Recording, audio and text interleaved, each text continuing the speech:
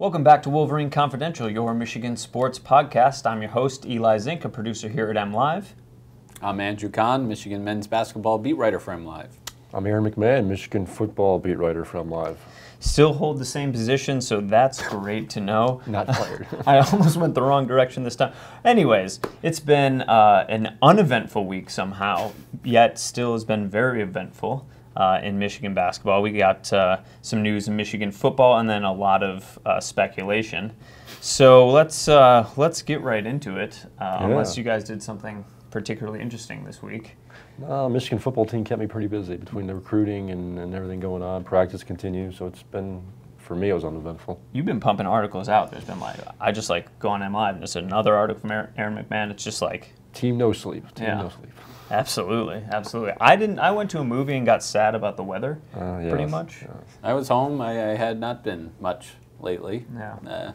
As evident by that sentence structure. It was hard to come by, but now it's, the season's over, we're kind of winding down, but still news is happening, so we'll talk about it. It's not going to sound. You were at the banquet too, right? I was, that's true. I covered an event in person. Yeah, there you go. All right. There you go. So we got stuff going on. Plenty of stuff. We got stuff going on. Let's start with football, because obviously the spring game this week, it didn't happen. It did not. Did not happen. It did not. And as we know, we were hoping to maybe find out if Shea Patterson looked as good as the hype is proclaiming he is. And instead, we got to see not anything. We saw zip. Yes. And I've talked about this at length the last week. This was going to be our one and only opportunity to see this team on the field actually do something. Last year, the media at least got the spring game. The fans obviously got to see the spring game as well. But then they had the 3 open practices in Italy. So you got a good grasp of the team and who was repping with who and how the freshmen looked and how the early enrollees looked. You got to see all that stuff. We're getting none of that this year. We're not going to see this team on a football field until September 1st in Notre Dame, which is, I think probably good for the Michigan team. They probably don't want to let anything out. They don't want their trade secrets getting out there. They don't want things reported. So and from their standpoint, they're probably fine with this. From a media standpoint, it's just interesting because we have so many things we're looking for and storylines we're following, and we're not getting really any answers other than what they're telling us or what we're hearing. Right. And you mentioned how last year there was actually a lot of exposure, not just the spring game, but there were the open practices and everything. Is there any? Do you think there is any factor in how much exposure they got last year that it could have impacted the season? I mean, they had not only did they have the exposure in terms of the media, but they also had the Amazon guys, which we'll get into in a little bit, on them all the time. Yeah, I don't think necessarily that played into a whole lot. The team was just young and inexperienced. I think that was the major reason. I don't think maybe the overexposure maybe hurt them a little bit. And I think it could be one of the reasons why they've kind of gone back into the submarine. Harbaugh like to use his first couple of years here. Right, they're back in the submarine. Yeah, and he's obviously changed, and they've changed the way they've done things again this year. So maybe it played into it a little bit, but at the same token, that team just it wasn't a great team, and we saw that in the football. Inevitably, they probably would have had similar results, and I think so. Certainly, injuries were a factor, but not having great tackles and needing to develop there was probably a big thing. But the big question, as it was last year, this year is quarterback, and we talked a little bit before the show about Shea Patterson, and what I'm sort of wondering is, and what you talked about in the film, is that he's considered the savior. He's already anointed. And it's almost a good thing maybe we didn't have the spring game, because we was talking about this with other writers the other day, but had they had the spring game and the quarterbacks are brought out there and Shea Patterson looks so or mediocre, and I don't want to bash the Michigan fan base, but a lot of them are very reactionary, and they like go off of opinions off of seeing things once or twice. Right. Who knows what the opinion would have been then. No offense, guys, but you're pretty passionate. They are. So and stay that way. And yes, and there's good and bad to that. But at the same token, we're not going to see any of them. We're not going to see any of them. So maybe that's a good thing, maybe not. It's one of those, It's unfortunate, though. I mean, for fans, we talked about this in the last week's episode. It's a chance to see for free the team in the big house. But I don't think the decision was the wrong one. It was strange that it was going to be at night to begin with. That was the questionable decision.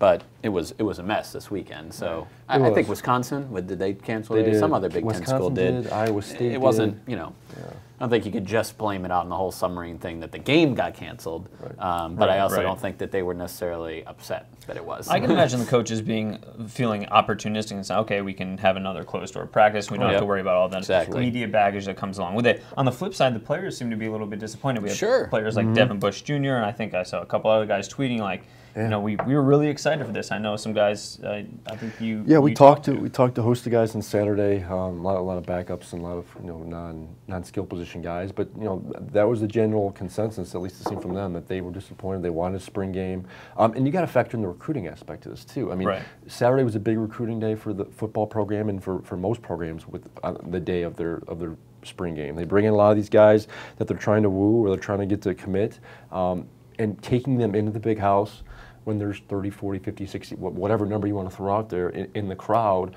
certainly plays a factor. I mean, the big house is a huge selling point on recruiting, and not having a game out there, I mean, could have some type of a factor. I don't know. I mean, I'm not the one making the decision, but they lose that. So they still came, but they did. They were still there. They're allowed into the controlled and even got scrimmage. A commitment too. Yeah, they did. They did. And they got a commitment on a visit from a 5-star recruit. So I mean, look, from a recruiting standpoint, I don't think it's hurt, but I don't think it necessarily helped either by not having the spring game. Now, I imagine Wolverine fans don't want any more bad news. So hypothetically, if the spring game didn't go as people planned in a wet conditions, we saw the monsoon conditions. The last time Michigan played in really wet conditions, against Minnesota it worked out in their favor, but against Michigan State certainly didn't.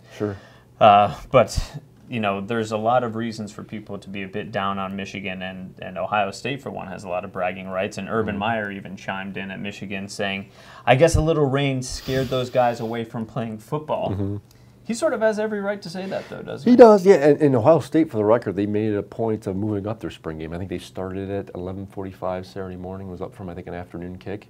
So they wanted to get the game in. They made it a point of doing it. I didn't see the crowd total, but I'm sure they got a decent crowd there at the Horseshoe. I can imagine. So yeah, I mean, for some programs, it's a point of pride. They love doing it, and they know they're going to get a big crowd, and they make it a point of holding it every year. And I think in Michigan, I think feels the same way. I mean, I think they would prefer having it. I'm not saying the football program totally canceled because they didn't want to do it. I don't think that's accurate at all. But I think it also goes in the fact that Harbaugh is trying to keep things close to the vest, it seems like this year, more so than maybe in the previous years. Right.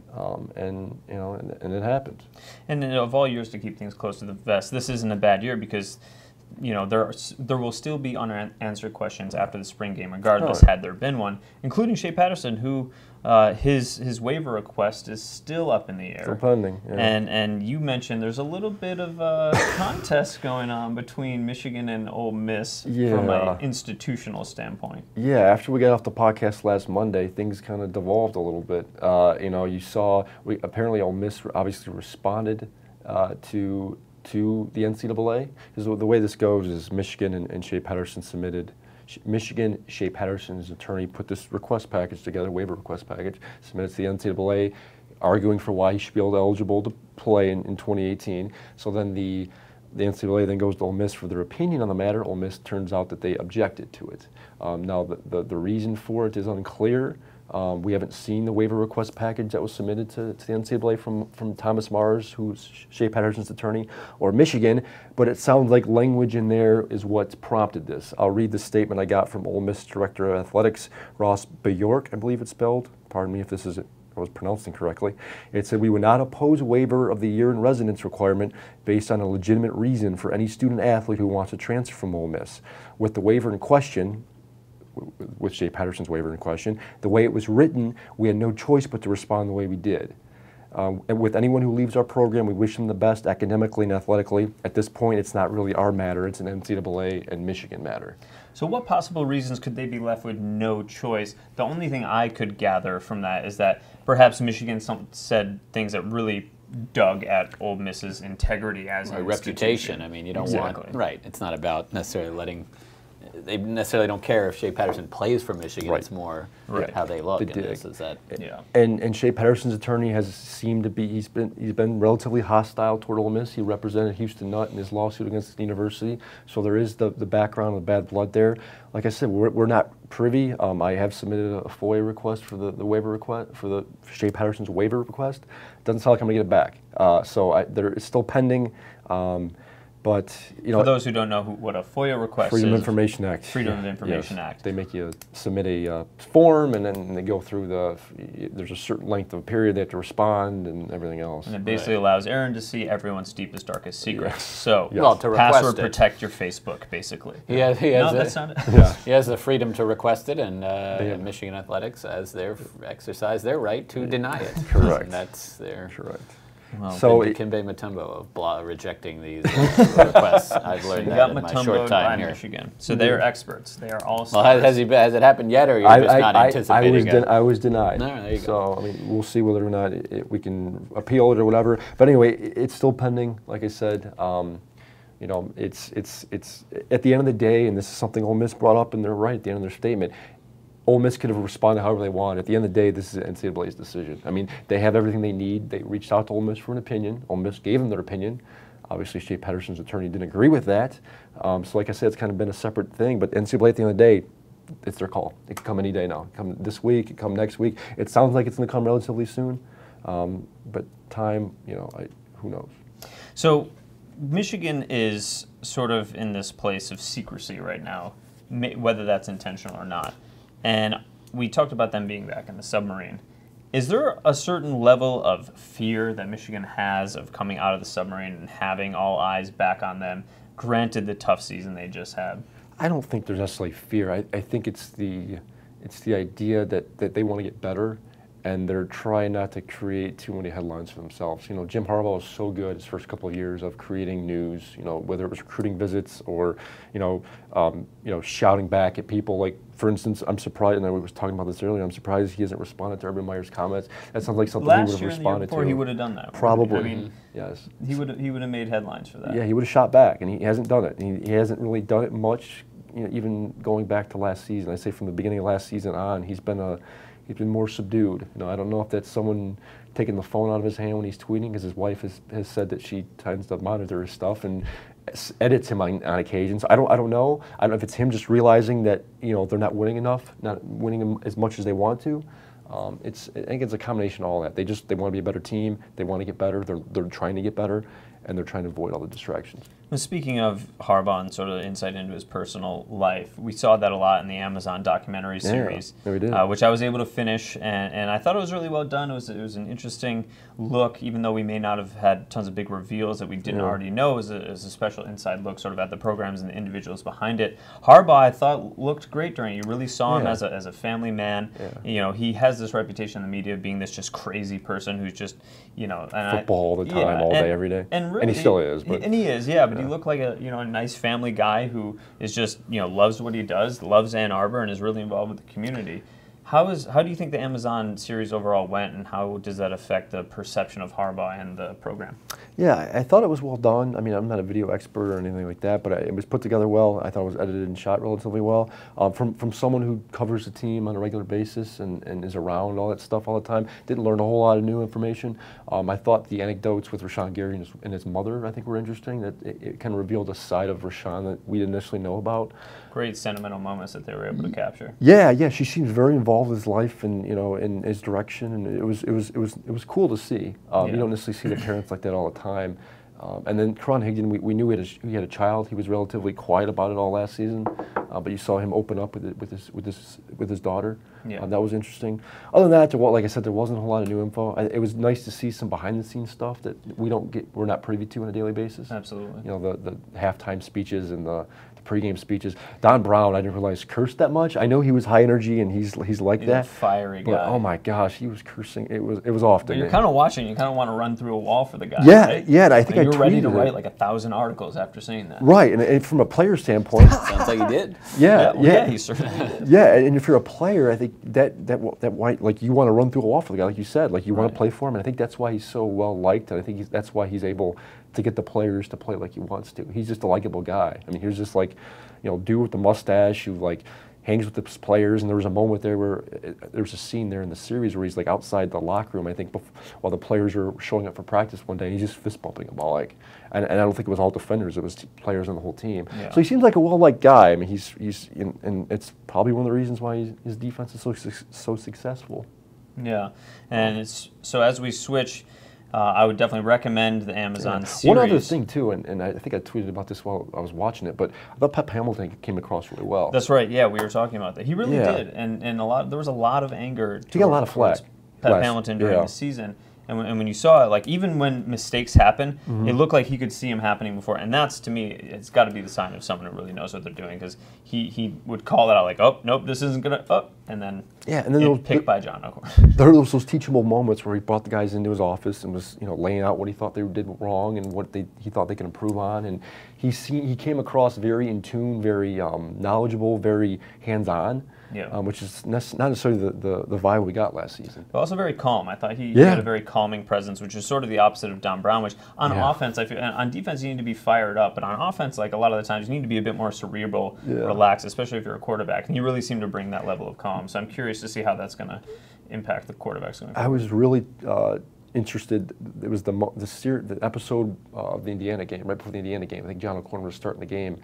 And apparently he was nervous and fidgety and everything else, and Pep noticed it. And there was a scene there where him and Drevno were talking about it, and he didn't want to let the boss know. I think it was the line. Yeah. So that was one of those things where, again, he had confidence in his guy, but he didn't want to startle anyone, and it was real interesting. I enjoyed it. You've noted this in your stories, but Michigan did have final say on the editing of all this, did, yes. Which is not right or wrong. I mean, again, I'm not we don't have a video expert on this podcast, so we don't. To speak to that, but it could have been just as good or just as revealing if that wasn't the case. I'm not saying, right, but it's worth noting. No, it is. That's a good point. And it's probably one of the reasons why Tim Drevno was so, he wasn't showing a lot. There was one episode where I think the offensive line came to his house for a dinner with him and his wife.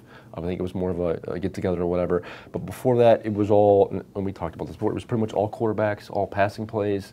It was all Drevno. All Pep Hamilton. You didn't see much of Drevno. Part of that probably was one of the reasons, part of that was probably because he left.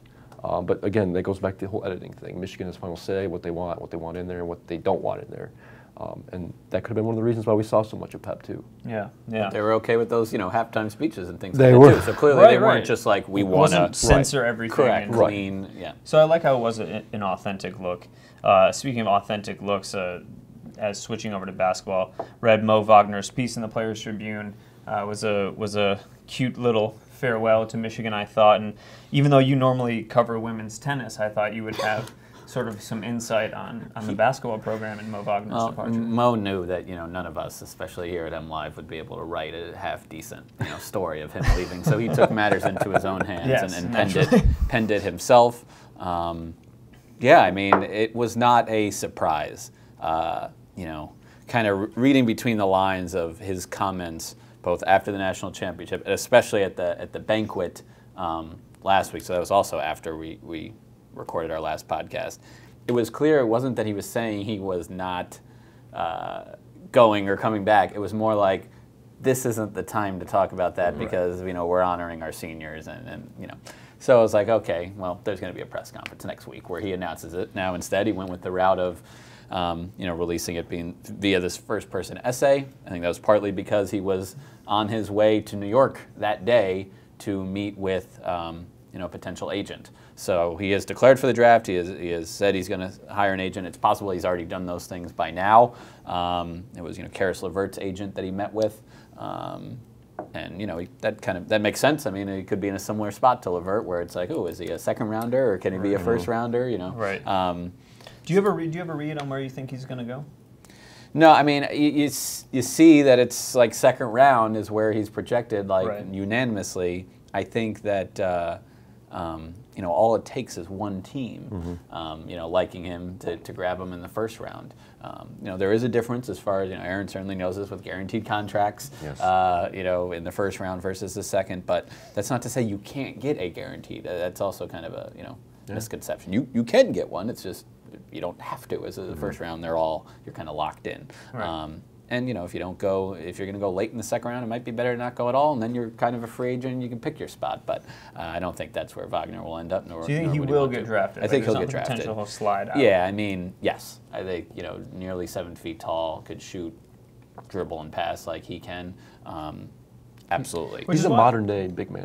Which is why I'm surprised he's actually a second round pick, because he's his skill set makes you think, okay, he's probable first rounder. Maybe not high first round, because maybe he lacks the next level athleticism. Right. But we've seen a lot of guys go to the NBA and maybe not be absolute elite athletes, but still be effective enough to do what they need to do. I mean, no one will look at even Dirk, not to say, I know that's his idol, but I mean, Dirk isn't a next level athlete. He's a very good athlete that is an amazing fundamental player as well. Yeah, I mean, I don't think he doesn't dunk the ball very often. I think that was like a thing he did like last season once or something. It was like a big deal when he dunked. And he's 7 feet tall.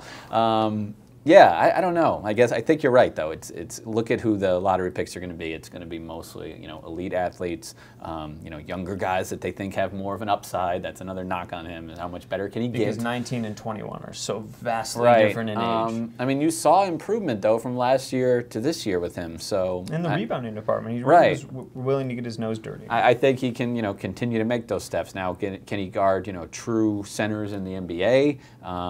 Because that's probably what he's going to have to do. Because to see him chasing guys around the perimeter, I don't really see him doing that. But then it's the same thing that it was in college. They've got to do that with him on the other end of the floor. So I think he could be an underrated prospect in this draft. Do you think it helps that he kind of dipped his toe in the waters last year and went through the process a little bit? I mean, that's got to help, right? That's a good question. Yeah, I mean, it certainly helped him make his decision this year.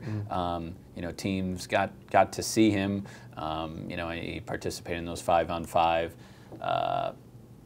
games last year in Chicago, and the 2 days of that were kind of up and down for him. One day he shot the lights out. One day, he couldn't make a shot and struggled defensively. You kind of saw like Michigan's team this year. I kind of saw both sides. So we'll see. He hasn't. We haven't talked to him yet. Hope to get him this week to try to ask some more questions about whether he actually plans to go to the combine. What he might do there, things like that. But it was not a surprising decision. He was certainly a special Michigan player for not just what he did on the court, but sort of his energy and his passion, and clearly a fan favorite who will be missed. And he was, like you said, he was the heart and soul of this team in a lot of ways.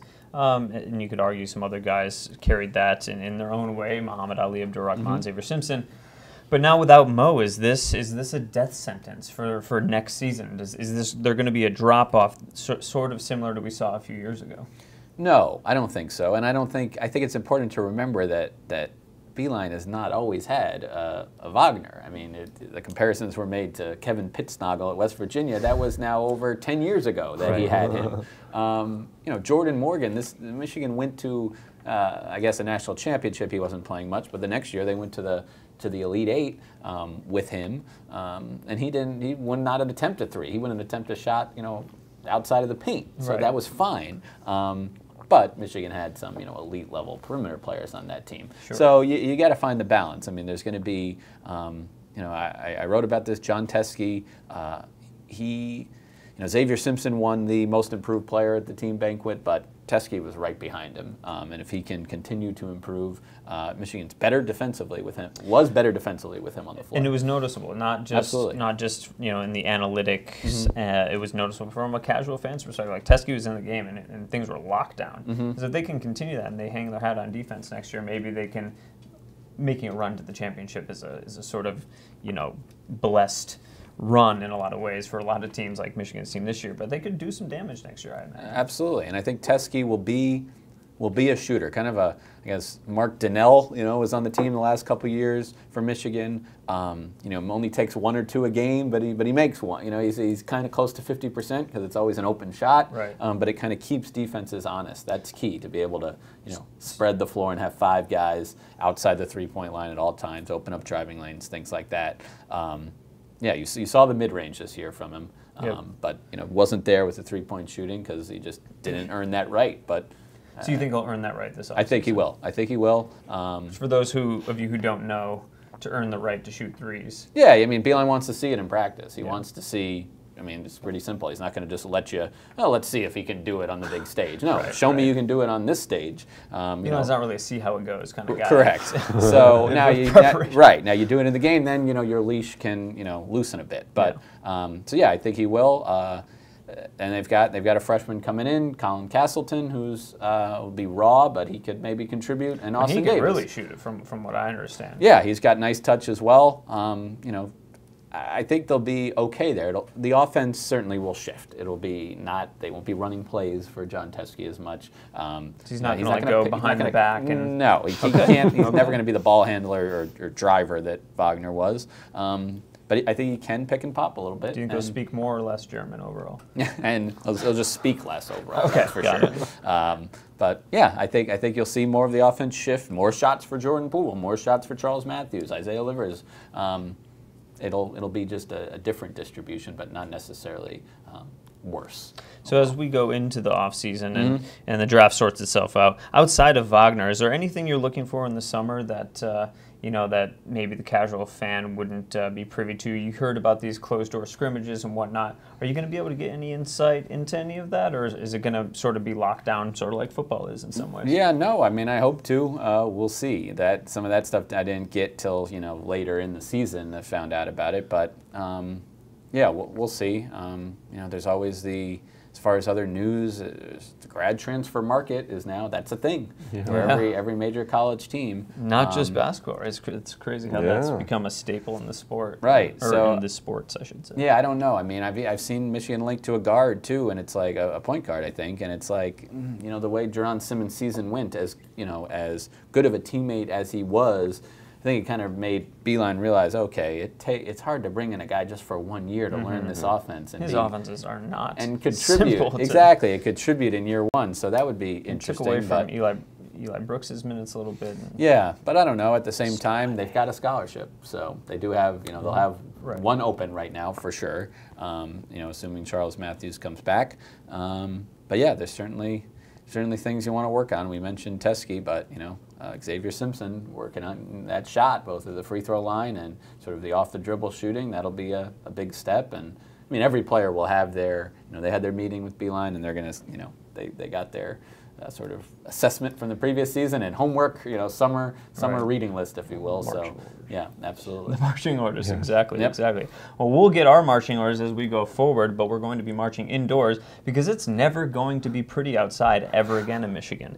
That's the latest in breaking from MLive. Wagner said, one of the reasons he liked Ann Arbor was it has 4 seasons. I was like, it doesn't. Right. It has 2. Winter and a little less winter. Yeah. So, well, it's been great to talk to you guys this week, and I'm sure more news will break in the next week because this is Michigan sports. It always does. We'll be back next week covering Michigan football, Michigan basketball, and women's tennis. So we'll catch you next week. Thank you very much.